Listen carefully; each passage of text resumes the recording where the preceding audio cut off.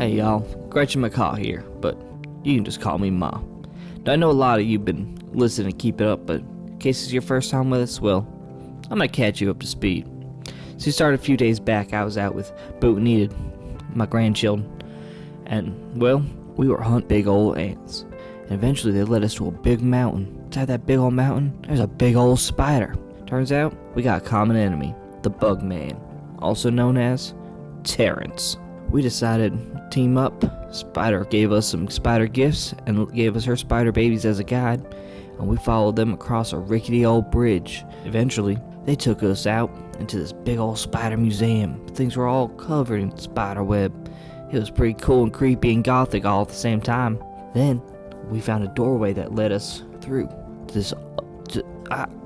I'm at a loss for words trying to describe what it led us to, because it was a place that I've never seen before. So, but you know what? We went through and we found a lady and we told her, hey, we're looking for Terrence and we're looking for a fight. And she didn't take too kindly with that, because next thing you know, my poor baby Enid got blasted across the room, and that's where we left off last time. So let's kick things back off with another episode of the Blue Ridge Adventurer'S Guild.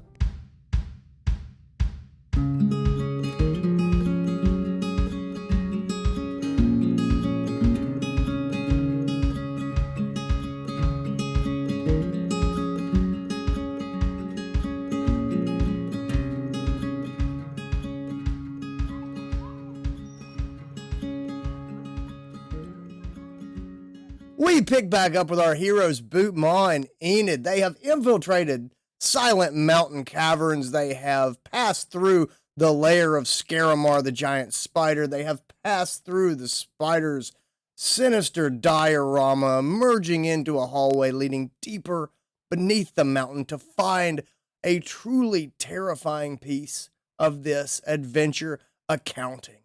They emerge in the office of Angela Watkins, CPA, only to be waved into her office to threaten her and to find out the hard way that Angie doesn't play. She has a sawed-off shotgun in a sling under her desk. Everyone just learned about it when it went off into Enid's chest, blowing a basketball-sized hole in the desk.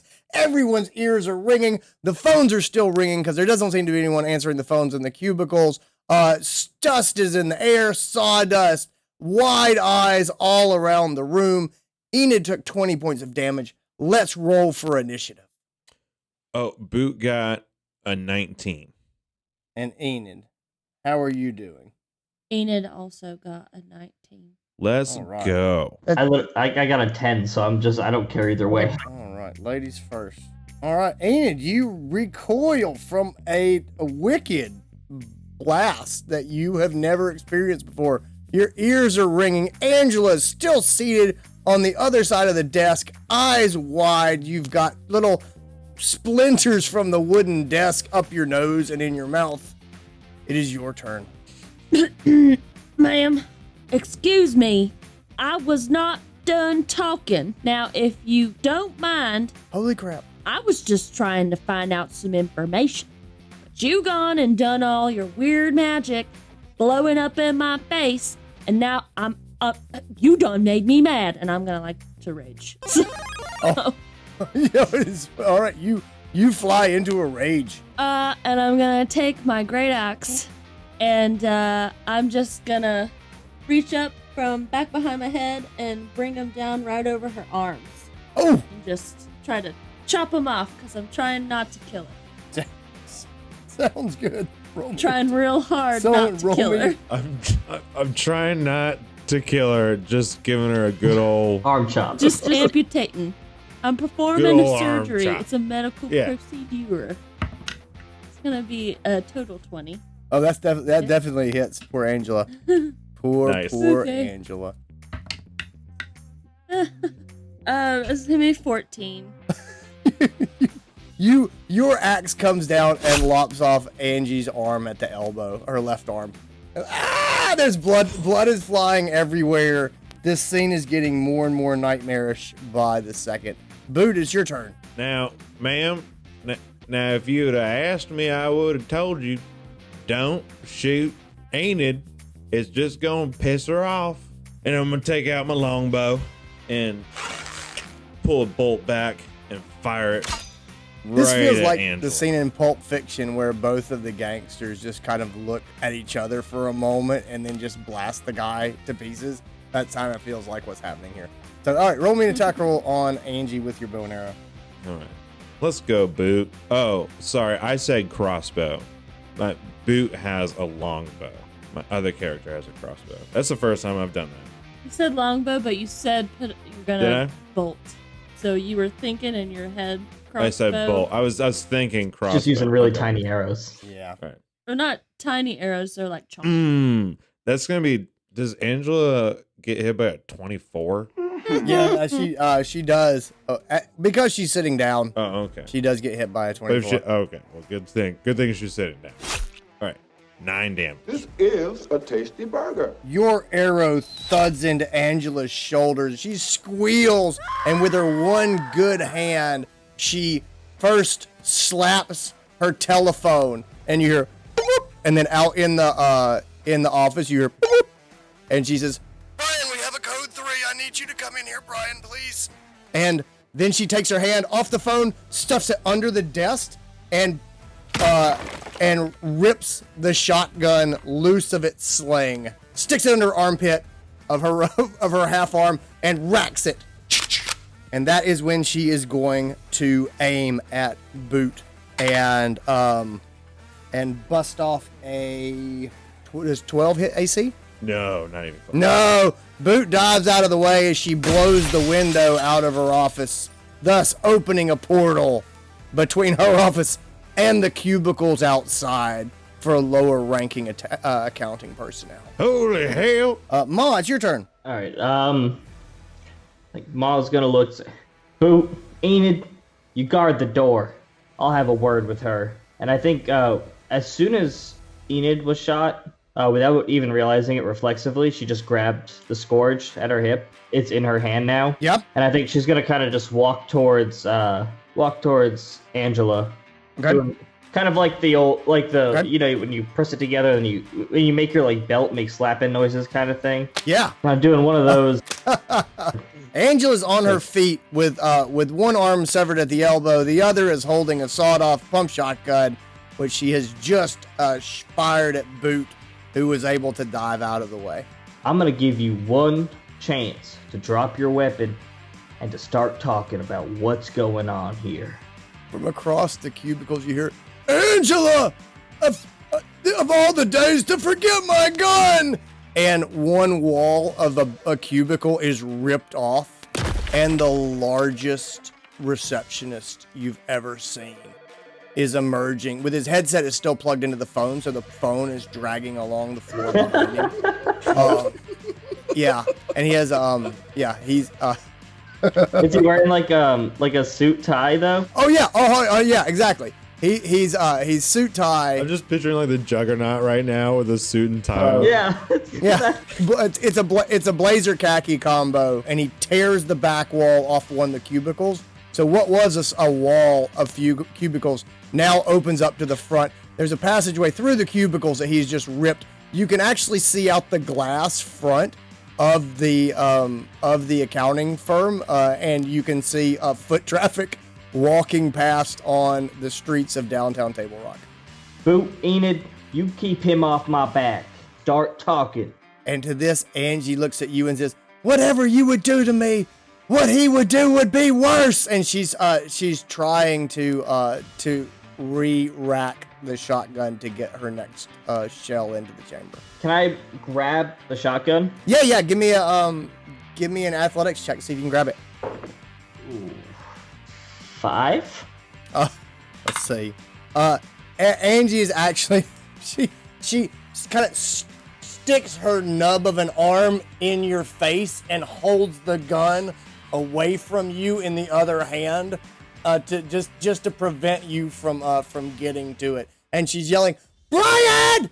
Brian, come now!" Oh, I'm keeping you from shooting yourself just the same, so I think you still should start telling me something while my children take care of that big man out in the front. I'm not telling you anything! I guess, can I, like, lasso her with my whip? Like Wonder Woman? What is it?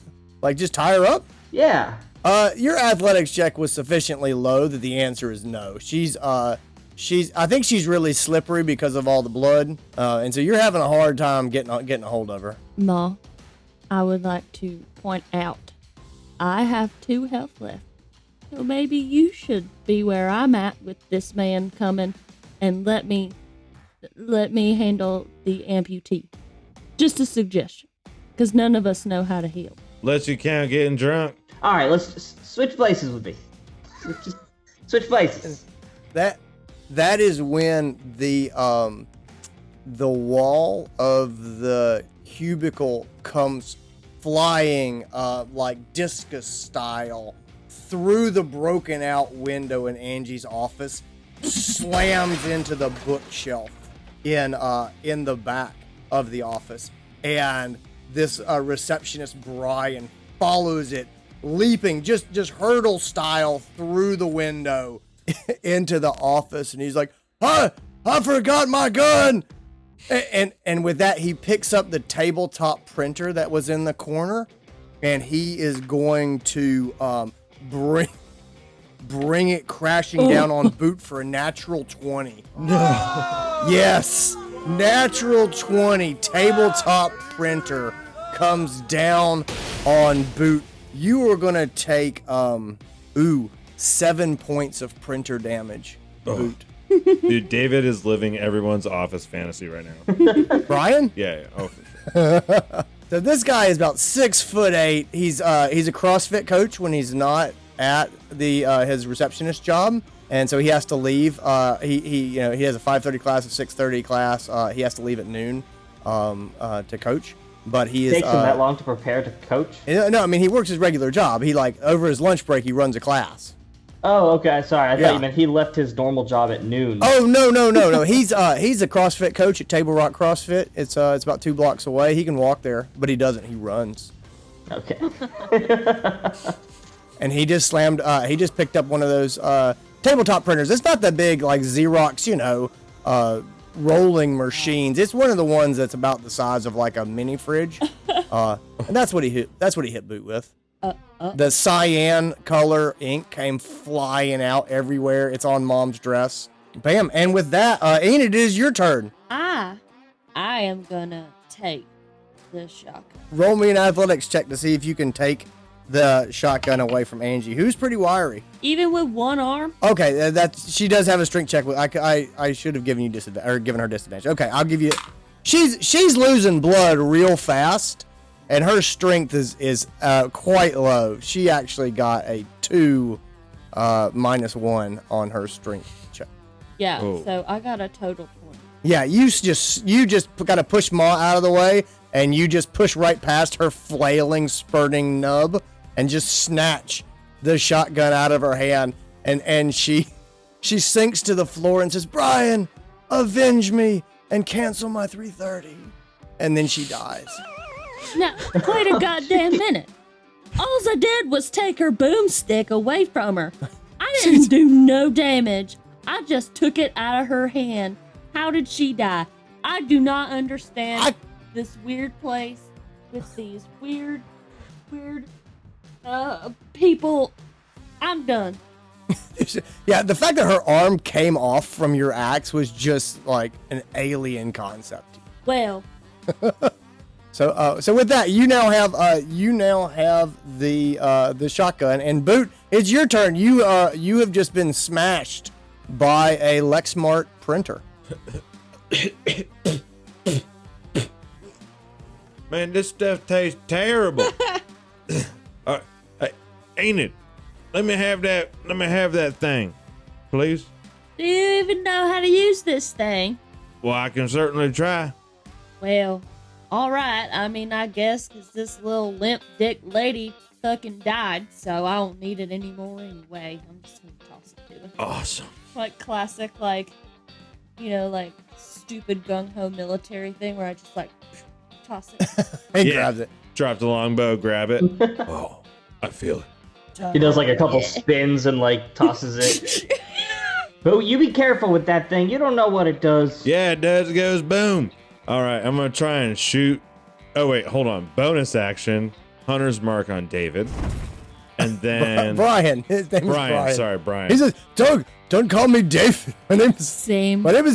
my desk clearly says Brian. And when you look out through where he's torn the cubicle away, you do see his desk, and there is a name tag on it that says Brian. I don't know.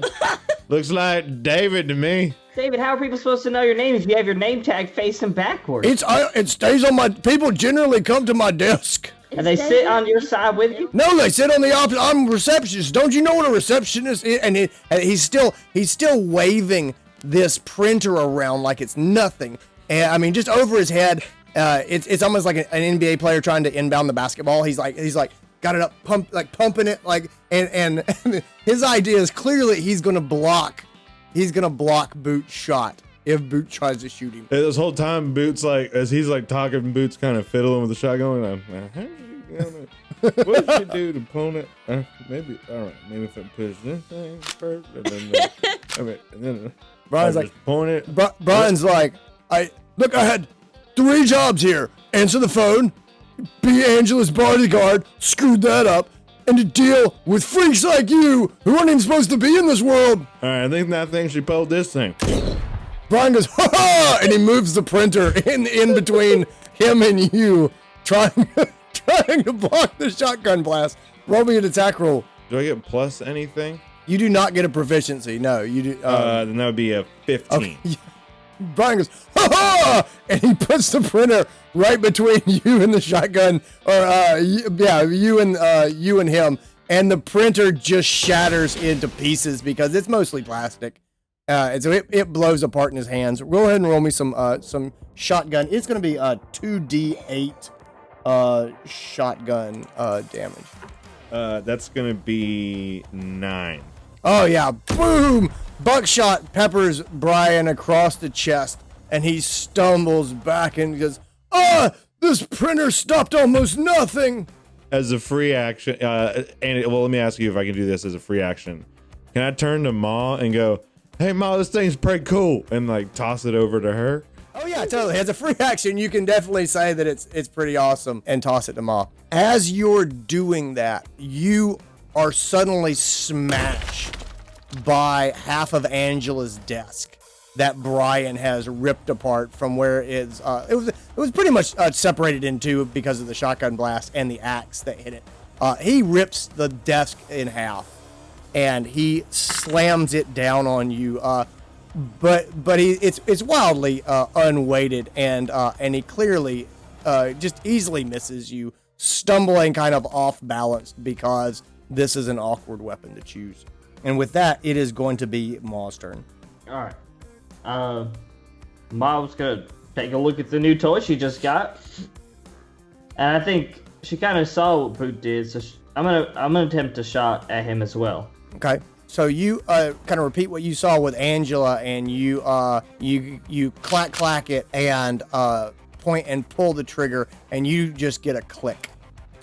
I think you broke it. Wait, man, it worked fine just a second ago. You broke it. Here, take it back. I don't need this. Can I toss it back to him? Yeah, you can. I'll still give you an action. We'll say that was a bonus action, is to grab it and pull the trigger just to have it click. Okay.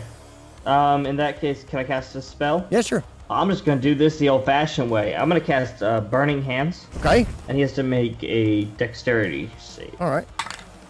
He fails badly. Yeah, he's still trying to pick up half of the desk, which has got all of Angela's crap in the drawers and probably weighs 175 pounds. Yeah, that would make you less dexterous. So it's 7 damage. All right. With that, yeah, that's gonna be it. Tell me about Brian's downfall. Poor David. I think so. He's got the desk. I think the desk is the first thing to kind of catch. This feels gruesome because he's just a real man, and I'm describing him burning to death. I don't want to do this. You could use a non-lethal attack if you wanted to. It's too late. I already burned his hands. Well, now your path to the dark side is underway. Is burning hands one of the fire spells that sets stuff on fire? Let me check. Ignites any flammable objects in the area. Like the books and the bookcase in the office and the wooden desk, for example. cubicle walls. and the drywall. And I assume that the ink that's everywhere is an expectorant. Yeah, I mean, this building, depending on whenever it was made, could have asbestos in here and stuff. Oh, this is a 1980s table rock construction. Yeah. This is gonna be a weird ending to the heroes chapter. I think we should go. It's turned into the movie Office Space really quick. You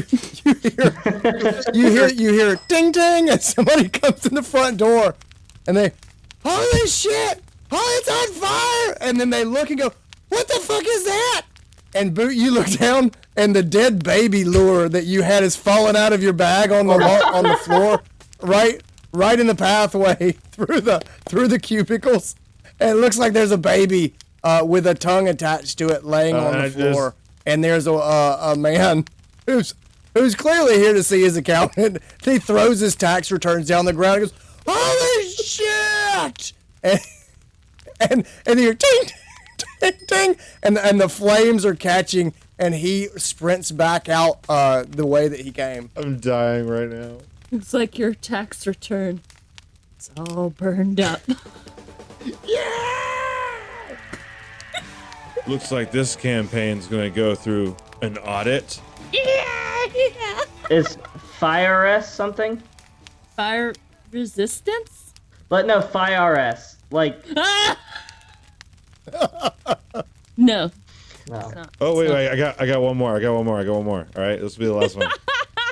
Looks like Angela just got fired.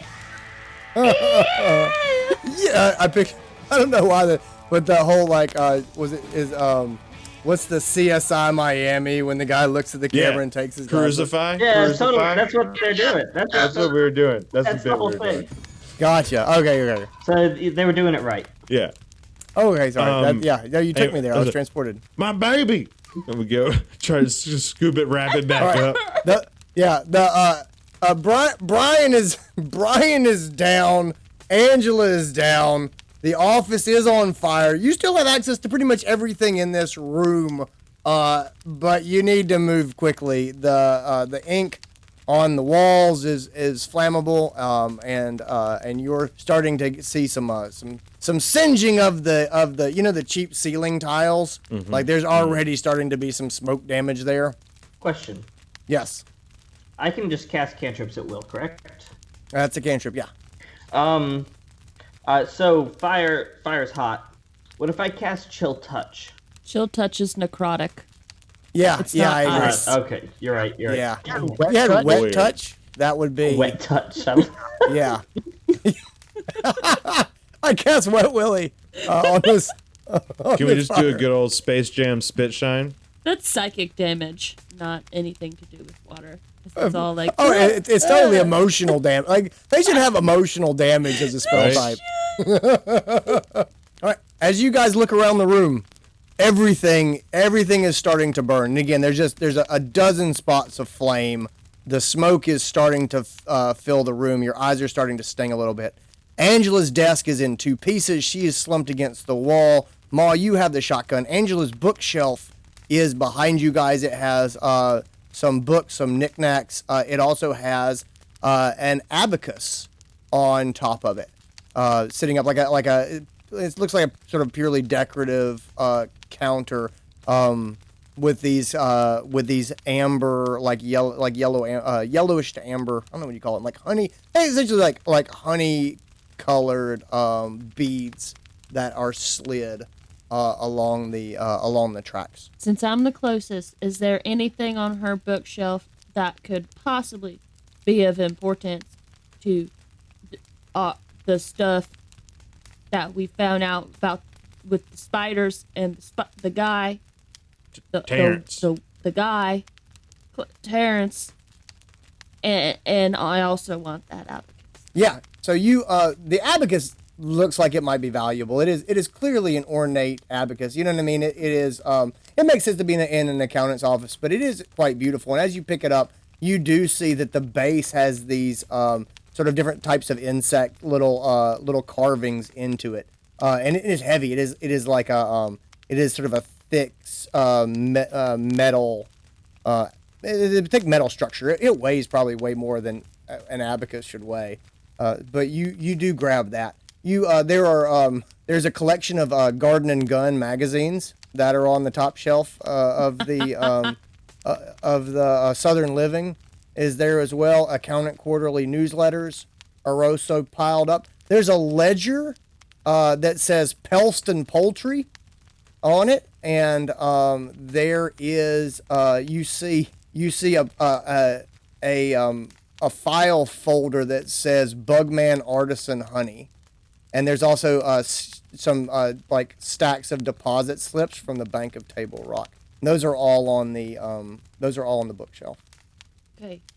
I'm gonna take the chicken thing because chickens are interesting, and I'm gonna take the Bugman manila folder.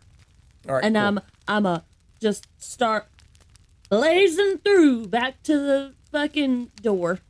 So you start grabbing stuff. You grab the abacus, tuck it under your arm, grab some manila folders, and you look like someone who's looting an accountant's office. And then you sprint out. Boot, it's your turn. What are you doing? Okay. I am actually going to. Here's what I'm thinking, and then I want to find out more about the appointment that she told David to cancel.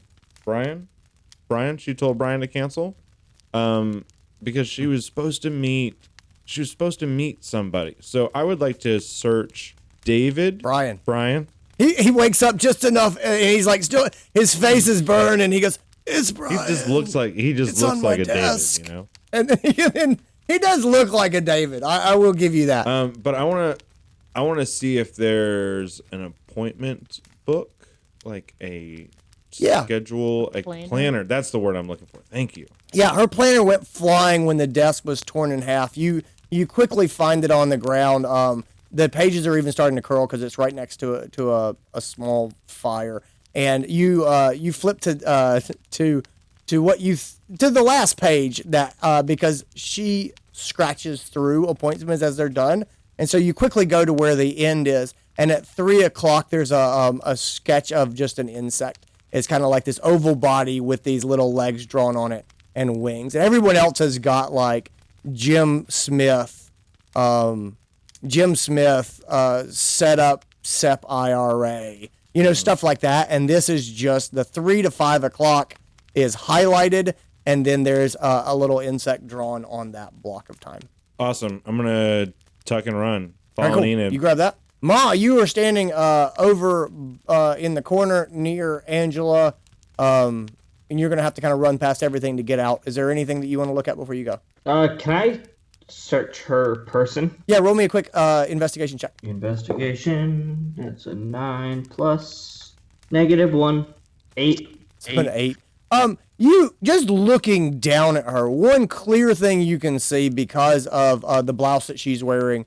She is wearing a pendant, and until you kind of grab the rope and pull it up, you don't see what it is. But when you pull it up, it is an insectoid pendant. It's a silver insect with a red stone in the center of it. And do me a quick arcana check while you're looking. 16. Yeah, this feels magic to your warlock eyes as you look at it. All right, I'm gonna stash that. Enid, Boot, which way you headed? We going back spiders or we going out? Spiders, there were other doors back there. All right, let's go back spiders. I'm gonna just book it behind them. You guys, you hear as the fire engines wail down Main Street Table Rock, and the smoke has started to billow from the top of the building, and the people are running and people are starting to peer into the front windows as you guys run back into the back. You run through the door that says employees only, and back down the hallway you get the slap of cold as you pass through the one planar shift, and you are back in the hallway. Up on your left is the door that you originally came through that goes back into the It goes back into the spider dioramas. Straight ahead is a door that says facilities, and up on the right is another door that also says employees only, no entrance. That was close. There was a banshee out there. Man, that normie world See is there. violent. Every time we step in the normie world, it's like just people dying left and right. And you're the one that was so obsessed with what's her face, Miranda, or whatever the hell her name Hey, was. it's Wanting to go to the normal world. it's Marianne, and she was real nice. Marianne. She was real nice. Okay. She had a cup. I don't think she will be. If she was real nice, why'd you throw your bow down so fast? Oh damn! I Oh, left did my you pick bow. up your bow? Marianne. I have to go back. I have to go back right now. Boo, we can get you another bow. I can't give you another bow. Ma, that's Boo, Ma. You don't understand, Ma. Boo, I just don't think that's the safest idea right now. Ma, I gotta go back for That's all. Marianne 3. Well, I would go with you, but I am very weak, and if a flame literally licks my snowy white skin, I'm a goner. And then you'll have to choose between me and the bow, and I don't honestly want to know what you'd choose because I feel like you'd disappoint me. Boo, you're not choosing a bow over your sister. I'm not going in the first place, so I'm gonna stay here, cool down, maybe take a little nap. I don't know. We'll see what happens. But if you want to go back and get your bow, I will understand. I'd go back and get my great axe. Okay. I didn't name it after none of my like weird imaginary girlfriends or nothing, but Okay. First of all, 1, she's not imaginary. 2, she's not my girlfriend. lie. Yet. Lie. I'm going back to get my bow. You get your damn bow back. I'm sitting right here. You go. Boot takes off on a short jog. Miles gonna follow Boo. All right, Enid, back. You stay here. And now, a word from our sponsor. While everyone else overpays for their adventuring gear, you could be saving big money at the Dragon Hoard and Pawn. My name is Kane Dane, and here at the Dragon Hoard and Pawn, all of our weapons, potions, and adventuring accessories are sold below wholesale. Come in for fantastic savings on pre-owned merchandise like musical instruments from fallen bards, magical potions, jewelry, collectibles, and of course, weapons and armor. Located at 2300 Sword Avenue in beautiful Cinder, Dragon Hoard and Pawn. If you've got a quest, shop at the place where the prices are the best. We'll see you soon. And now, back to the show. Back through the planar terror, you go to the doorway. Boot, you are you busting in at a run or are you peeking in? Quick peek. Quick, you do a quick peek, and the room is full of smoke above about 4 feet, which is right about the top of your head. But the room is full of smoke above about 4 feet, and you hear ding as the front door opens, and somebody goes, "Anybody in here? Is anybody in here?" I'm gonna just give the old shh to Ma, and I'm gonna crouch down and start moving back over towards Angela's office. Roll me a stealth check, and I think you have. Don't you have scale mail? Yeah, I have disadvantage. I have +4, but I have disadvantage. All right, roll me a stealth check. What are you doing? It's okay, Ma. It's gonna be fine. Well, 1 fell out of my hand, so we'll count that. It's not good. The other one was worse. That was a 6 total. You make a move for it and immediately slam into one of the edges of the cubicle. Oh, shit. And one of those stupid singing fish falls off the wall of the cubicle and starts to do its mechanical flopping. It's like, "Hang on, Super, hang on!" And the man who's just he's in this thick leather looking cloak with his helmet, and you can't see his face. He's like, is someone in here? And he's kind of stumbling around, and then the next thing you hear is,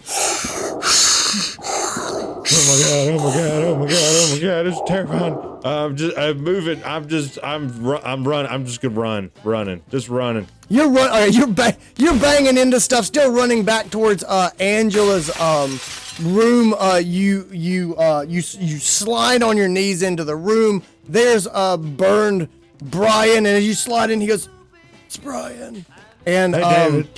and the room is complete chaos. Roll me a quick investigation check as you hit the room. There's smoke everywhere. You're down low. 10.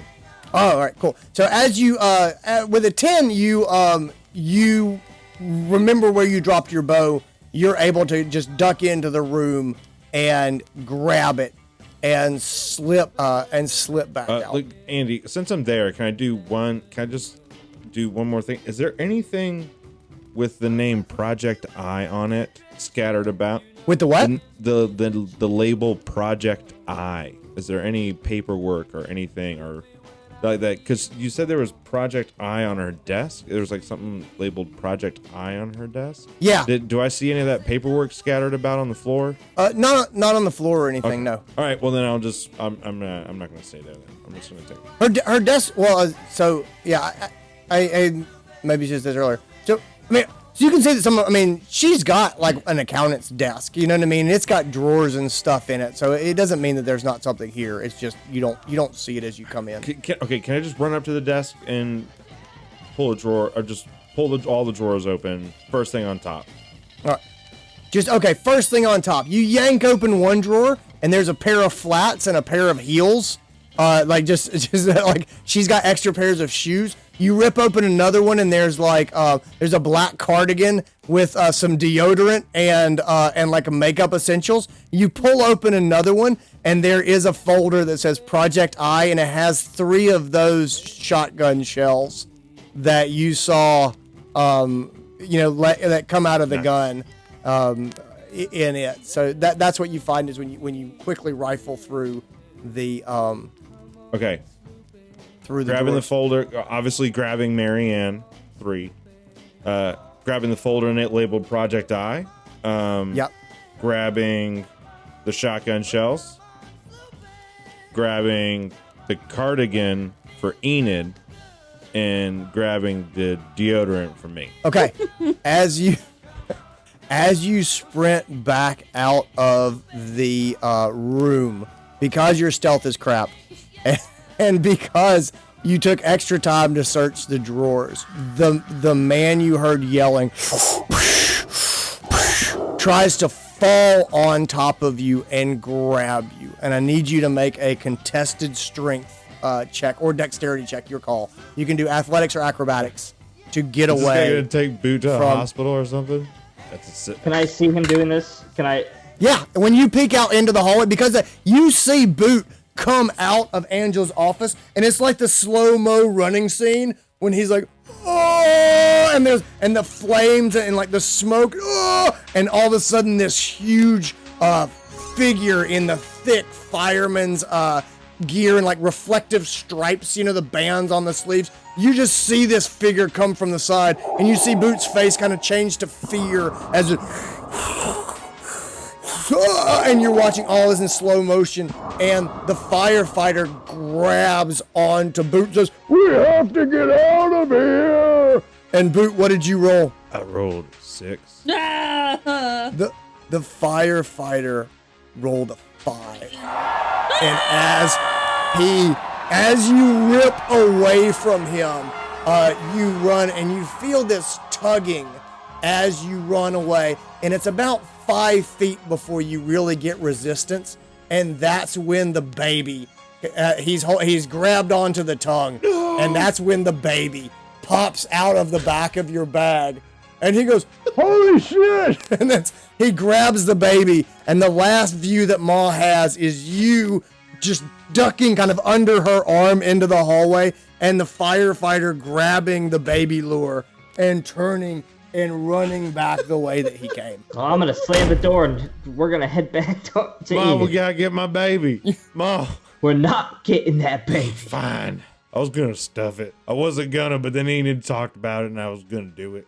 It would have looked alright on the mantle. All right, let's go back to. I got her a present. Oh, what a good brother. Yeah, well, don't mention it. Don't say it. Back through the planar tear, She's gonna know. into the hallway you go. I'm just gonna. Enid's sleeping. I'm just gonna throw the cardigan straight at her face. Hey, I found this. What the hell was that? Hmm? What? Hey, you feeling all right? No, I feel like shit. Still. What took y'all so long? Well, I got in there. I decided to do a little rummaging around. I found that sweater thing. I thought, I don't know, you like to wear black t-shirts and stuff and black sweaters and stuff, so I thought you'd like it. I got that for you. Well, thank you. And I found them. It's pretty good. I found them little things that you were talking about. You're supposed to put in that thing. I don't know, whatever it is. And The seeds? yeah, the seeds. Yeah, I found the seeds for the. Okay. Well, I don't. Well, we gotta call it something.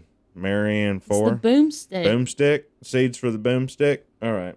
I wouldn't call it Marion. That shit has some severe phallic energy. Call it David. Yeah. All right. Well, Every David I've ever known is a dick. Can the word Brian be like inscribed on the side of it? yeah. Brian! That's the sound the shotgun makes. Brian! It's like a Pokemon or something.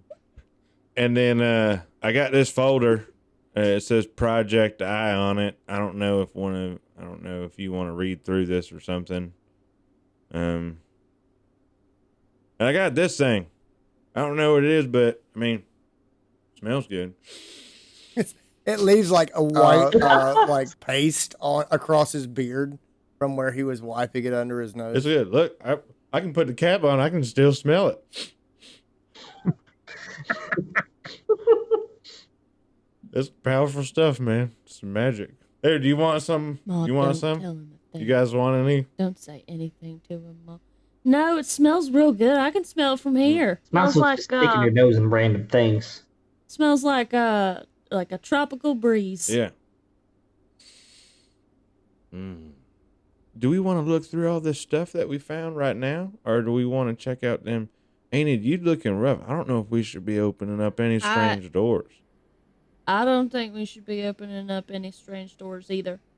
If I'm being honest, I would like to have a substantial nap. Yeah, I could use a nap too. A sleepy sleep. Let's find somewhere not right by this door. Yeah, that's good. Because we had no problem running in and out. And I mean, we could realistically go sleep in the weird fake barn. you want to go sit? Yeah, I mean, I've slept in worse places.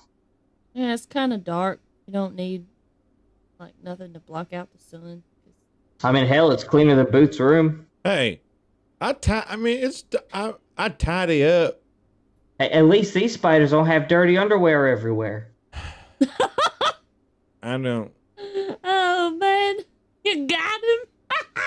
Hey, listen, we're gonna go find somewhere to sleep. We're gonna find somewhere. I'm just gonna push on one of Enid's shotgun wounds. Hey, Ow!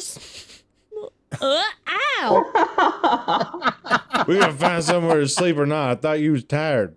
I am tired, but I always find time to make fun of you. That's for Yeah, sure. there's never a short of that around here. You guys make your way back into the diorama cavern that the spiders have made and set up, and ultimately decide that the safest, most defensible, most secretive place is inside the little house that has the two mummies sitting on the front porch with the mummified dog. And this is it's only about 7 feet by 10 feet when you get inside. You have to climb in through one of the windows because the door is not really a door. It's all made for outside appearance. But once you get in there, it's essentially a wooden box with kind of 2 window entrances and just gravel floor. But you're pretty sure as long as you guys stay quiet, you'll be safe in there. Hey, who's gonna take first watch? Is someone watching? We all sleeping? I'll keep watch. You guys both need some sleep. You want the boomstick? I think I can handle it. All right. So yeah, you guys get some sleep, and you get a nice good long rest in. It's pitch black, and you don't put on the lights or anything. Just this is a big cavern, and there could be anything lurking in there. So it's a dark, quiet rest. You don't get a lot of research done. Could I have, like, right as they were settling down and setting up, like taken one of the spiderweb mummies out of the rocking chair on the porch and just kind of like shoved it through the window. So I'm just sitting in the rocking chair. Yeah. Like keep sitting over them. Yep, totally. Okay, yeah, cool. yeah, absolutely. So you put the rocking chair to use. It's actually pretty good construction of a rocking chair. It's where it's liberally lashed together with spider webs to kind of hold it together, which is an odd construction approach, but it actually works pretty well. You guys are able to get a pretty good rest taking shifts and really don't come across anything until you hear an enormous boom from outside the cavern in the direction of the hallway that you had been in before. I think Ma throws down her knitting needles and the spider web scarf she was making. This is probably after a good 6 to 8 hours. You guys have been there for a while. Well, so I don't need to sleep for a short rest, right? It's just like I could have taken a short rest during that. Yeah, totally, 100%. Okay, cool. But we need to get up. I think we might have company. Who's coming over? 5 more minutes. Get up. Enid, come on. I'm gonna give both of them a short kick. Mom, I was getting up. She always kicks me harder. Something's out there. What'd you hear? Okay. Was it a critter? Could have been a critter. I don't know what it was. It was a pretty large echoing boom. Is what It was a pretty large, like echoing. Ooh, that's what I heard. Oh, Well, what do you think we should do, I Mom? mean, if we's quiet, we can just ignore it, right? Ain't it? Wake up! No, I don't. God, every morning. Fine. What do you think we should do, Mom? Can I make like a perception check to see if I hear any other noises? Yeah, sure. All right. Go ahead.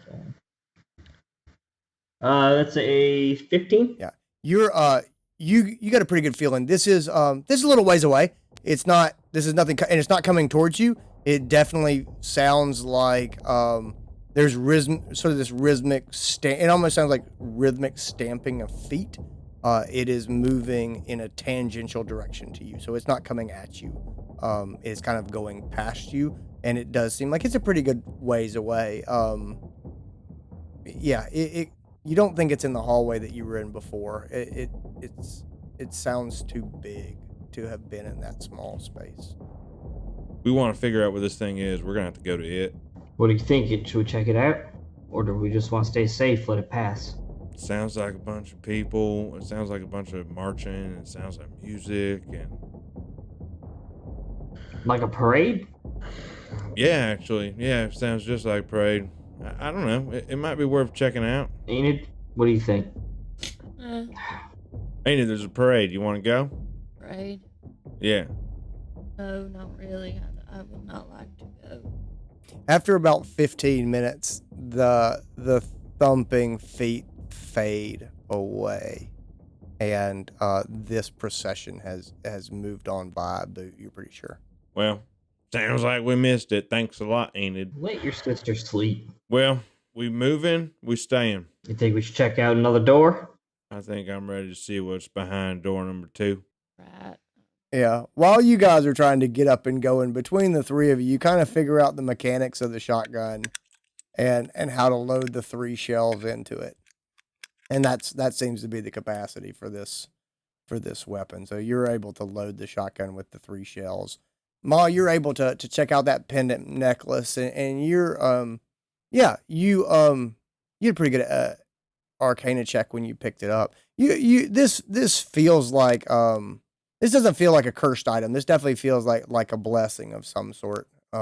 It's got the feel of a warding, shielding type item. All right. Hey, Enid. Huh? Your brother seems to like his new boomstick, so how about you take this as a souvenir? I'm gonna toss her the pendant. That's like maybe it'll give you some good luck. Thank you, Mom. I got me a sweater and a necklace. I feel fancy. It's like Christmas for Enid. No, when we get out of here, we should go into town. Is that like I feel a bad. +5 defense cardigan? Yeah. No, it's Banana Republic. Ooh, super fancy. We definitely Yeah. going out to town Uh, when we get back. I'm she gonna was- rough this thing up. She was an accountant before you cut her arm off at the elbow. We're your Abacus is beautiful. It's got, like I said, it's got kind of an oddly heavy weight to it. It works. The beautiful honey-colored stones that slide smoothly on the metal bars. Are they very And, clicky yeah, that's- clacky? Yeah. Oh, yeah. Very, very clicky clacky. I get lost in that for about 30 minutes. Very Can I de-stressing. check out the Project I folder? Yeah.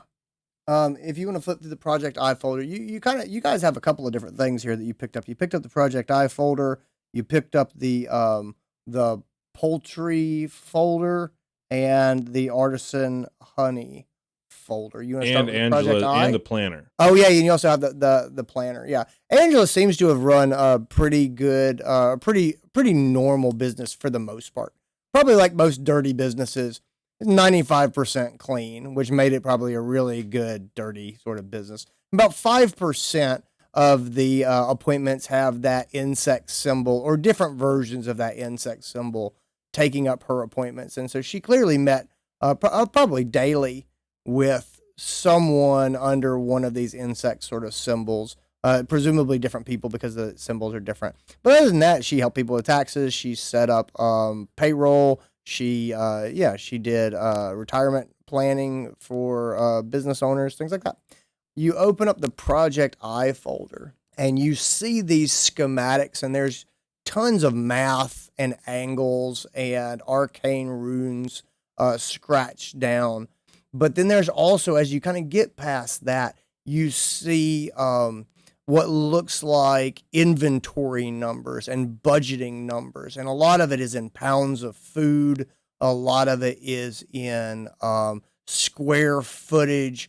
A lot of it seems to be replication of resources and multiplication of resources and exponential growth curves, things like that.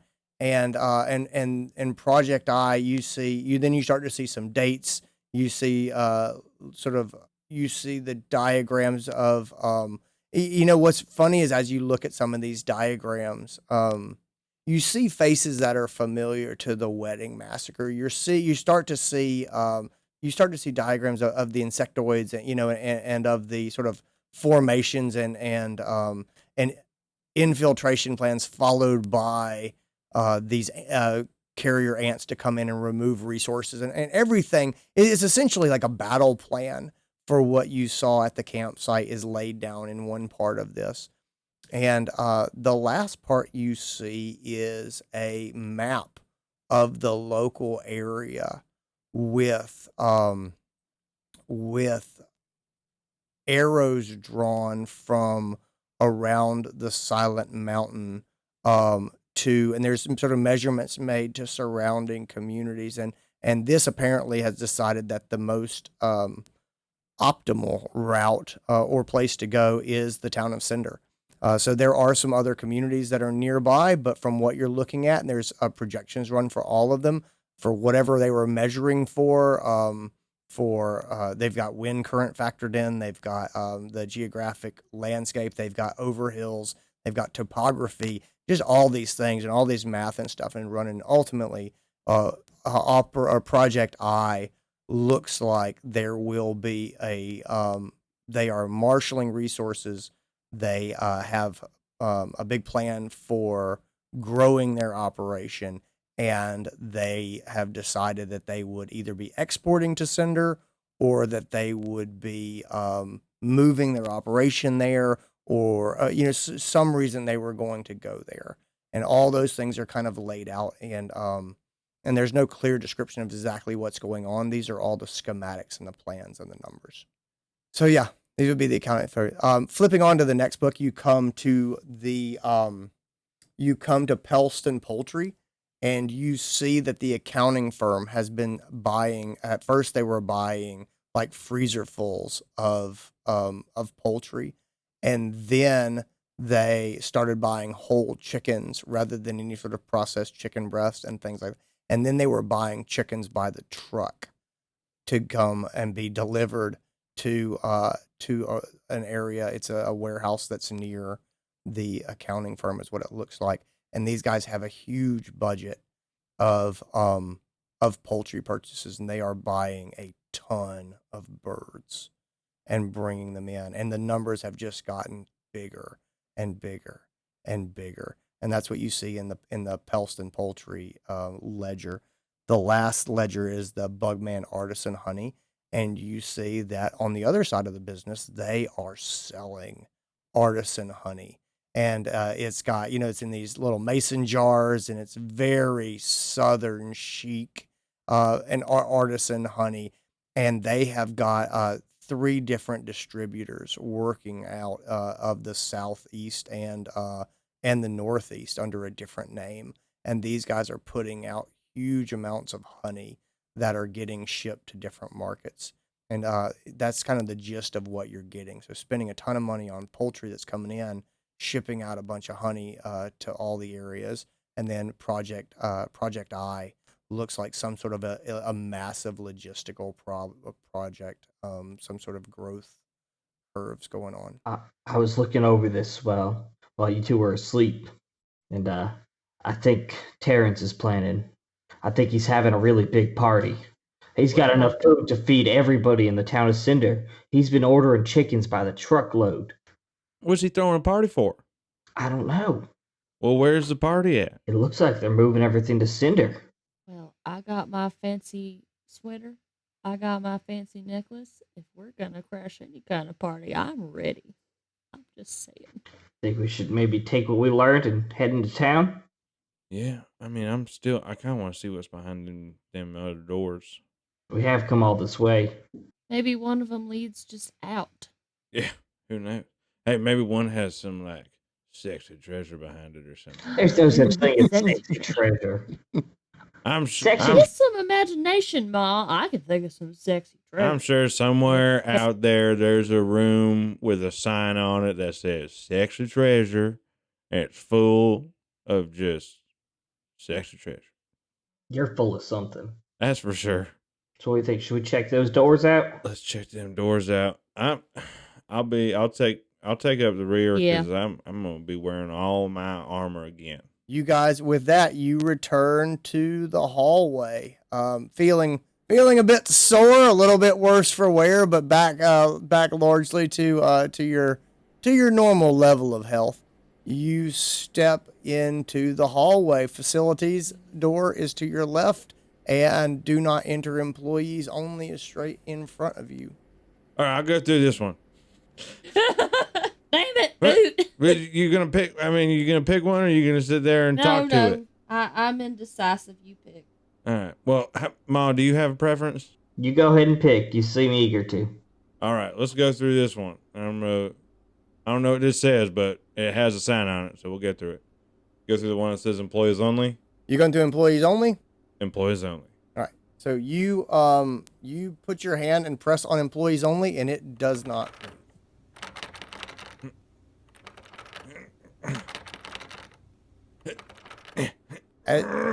Put my shoulder into it a little bit more. You do notice at this point, because you're pressed all up against it, there is a probably 16 by 6 or 16 inches by 16 inches by 1 inch depression in the wall next to this door. It's almost like it's just a shallow little box that's set into the wall. It's almost like a window would be there, but it's just a slight setback spot in the stone that is this 16 by 16 box. I don't know. I'm gonna poke it, put my hand in it. Yeah, nothing happens. No dust on there. There's no symbols or anything. When you look, there's a little bit of dust. It's almost there's a little bit of dust in the bottom corners, but the bottom ledge doesn't seem to be nearly as dusty as the bottom corners do. I don't know how to. Mom, can you open this door, please? Can I make an investigation check? Yeah, that sounds good. Let me see if I can figure this out. I got a real nice -1 investigate. What does a 5 get me? It's a little setback spot in the wall, like a square setback spot, setback about 1 inch. It's probably just like a shelf or something. Maybe we're supposed to put something on it. It looks like a very, very narrow shelf, kind of. Yeah, that's not a bad idea. You put like one book on there. Maybe a magazine. Enid, can you open this door? Can I do an investigation check on the door? Sure. So 18. You scratch your head with the heavy abacus that you're carrying around and think real hard about what that square might be for. This thing? What about that thing? Think this has something to do with it? Probably not. Wait. Okay. So I'm gonna pop a squat. Thank you, thick thighs. And then I'm gonna start messing around with the beads on the abacus. And then I'm gonna say, try opening the door. All right. I'll try opening the door. It didn't open. Can I try something real quick? Enid, do you mind? Yeah. All right, can I see what'd you call it? Abacus? Let me see Abacus. Let me see the abracadabra. All right. Only if you give it back. I'll give it back. I'm just going to put it on this real tiny shelf right here.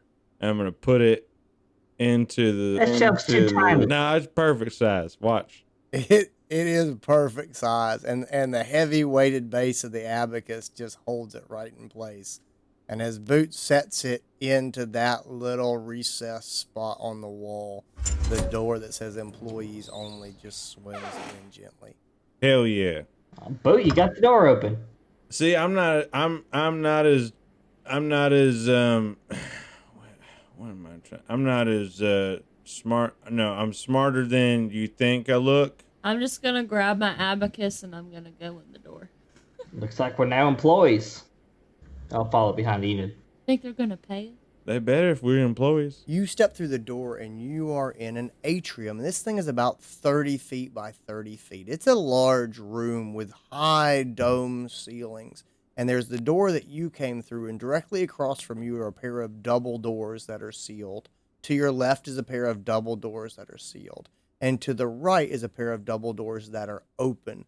Boot, you're pretty certain that the parade that you heard earlier was moving from one pair of double doors through this open pair of double doors and down the hallway.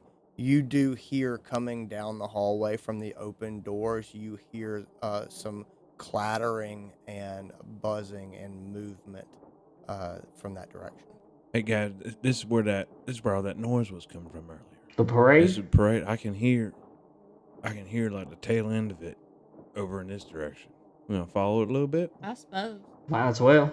Let's do it. You guys move along this wide hallway. I mean, it's 15 feet wide once you get through the double doors. And the double doors don't think of them as two like rectangular doors. Think of them as like two arched double doors that were made to open up and give a wide berth. And you creep along this passageway under the mountain, and it winds around for about probably 200 to 300 yards before it opens out into the most enormous underground cavern that you've ever seen. And you guys are kind of pressed up against the wall so that you are not noticed. And you are looking out into what can only be described as an underground parade ground. You emerge onto this parade ground and you're looking out, and this thing is as big as like a Major League Baseball stadium, right? That's how big this thing is. You're looking out, and you look out, and the path is opened out kind of into this bigger place, and it slopes down, and there are just in lockstep formation, just blocks of insects, just shoulder to shoulder, and they're 8 across, shoulder to shoulder, and each section is 8 insects deep. And they are just military formation. It's like people have soldiers that have been out marching. And there's all these different types of creatures. There's the ants that you saw before, the ones you've been following. You don't see those there. You see giant wasps. You see these fluttering moths with these long proboscis, these long like stylets that are coming off of their mouths. So they look like hypodermic needles.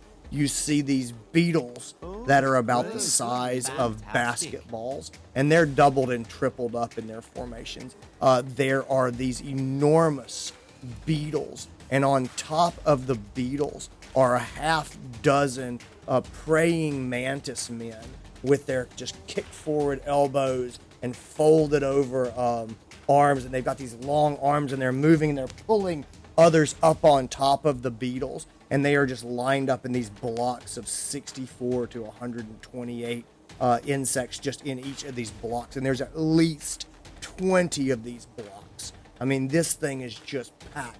The idea is kind of surreal to see insects in this lockstep, beautiful formation, and just, I mean, all of them exactly where they are. And then more of the mantis men are running around, and you see them sort of, they're sort of trying to push. They're not being real gentle. They're kind of pushing some of the insects where they're supposed to go, and they're kind of grabbing some of the smaller beetles and pushing them in with the blocks of sort of their own type of insects. And they're they're handing spears and javelins up to the mantis men that are on top of these big beetles, and those guys are just loading up, and they're sliding these spears and stuff into their straps on their back, so they've got them behind, over their shoulders.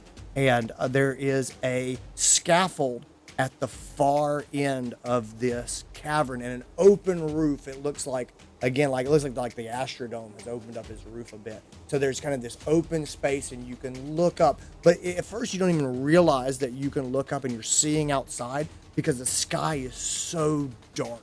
It's about 2 in the afternoon, but it is just dark. But as you look, you can see that you are under these thick black clouds, and the sky is darker than when you went into the into the Silent Mountain about 2 days ago, and it's just black. And now the clouds are really moving, and they're swirling in this abnormal. There's cracks of lightning and stuff in the sky, and climbing the scaffold, you see a group of people, and they're all wearing. A lot of them are wearing these long flowing robes. Some of them are different. There's a woman in a black suit with sunglasses, and she's kind of dressed like Angela Watkins was, but what we would say is much more formal. She's like black business suit, sunglasses. There's a man in like a red tracksuit with these white stripes that run up the sleeves. There's a tree. It's like the size of an apple tree, and it's just kind of with this group, and it's kind of moving over towards this scaffolding. And leading the way up the scaffolding is this figure that is draped in a honey yellow cloak, and he climbs to the top of the scaffold. I'm assuming it's a he. You can't really see his face. The cloak is pulled up over his head and his eyes, and all of a sudden, in your head, you hear this telepathic voice, and it says, "Now is the time. Tonight we begin a new colony in a new plane of existence. We will need our strength to survive and thrive, so go! Go and feast for yourselves and for the hive. Go, eat all that you can. Return with all that you can carry for the strength of the hive." And he raises one of his sort of fists up in the air, and you see this weird kind of insectoid pincher that when his sleeve falls back where its fist would be. But that's as much as you can see underneath this honey robe. And the whole place just goes, whoa! And you just pound, and just it just this deafening roar. And then all of a sudden, it's almost like guys, almost like 1,000 chainsaws starting up. It's like, and the beetle wings just start to go, and the wasp just, and then just in this orderly formation, one group at a time raises up and off through the skylight, and the wasps go first, and the beetles go next, And then after everything else is kind of cleared out, the moths start to flutter up, and they flutter up and kind of disperse out. And these troop transport beetles that are as big as a Volkswagen, and they've got like 6 mantis men like just sort of clinging to the outsides of this beetle's carapace. They're the last ones to go, just taking these mantis men with their spears up and out and into the darkened sky. And that's where we're going to leave it for today. Damn. Hey everyone, that's going to be it for today's episode. Thank you so much for listening. We're having such a blast putting this together. If you're having a blast with us and you're really enjoying this, do us a favor and just tell people about the episode. That's the easiest way for our podcast to grow, is for you just to tell your friends that, hey, this is a thing that I like, and I think you also might like it. So if you've been doing that, thank you so much for doing that, and just keep it up for us. We really appreciate it. Hey, our next episode is actually coming out, look left, look right, next week. We are having a bonus episode of Blue Ridge Adventurer's Guild because we have a special guest. You know him from Hey Riddle Riddle. You know him from Hello from the Magic Tavern. Mr. Adol Rafai is going to be joining us and playing along with the Horde. So look out for that next week. And if you haven't heard of him, check out Hello from the Magic Tavern and Hey Riddle Riddle. I'm a big fan, and I think you might be a fan too. All right, that's going to be it for us today. We will see you next week. Bye.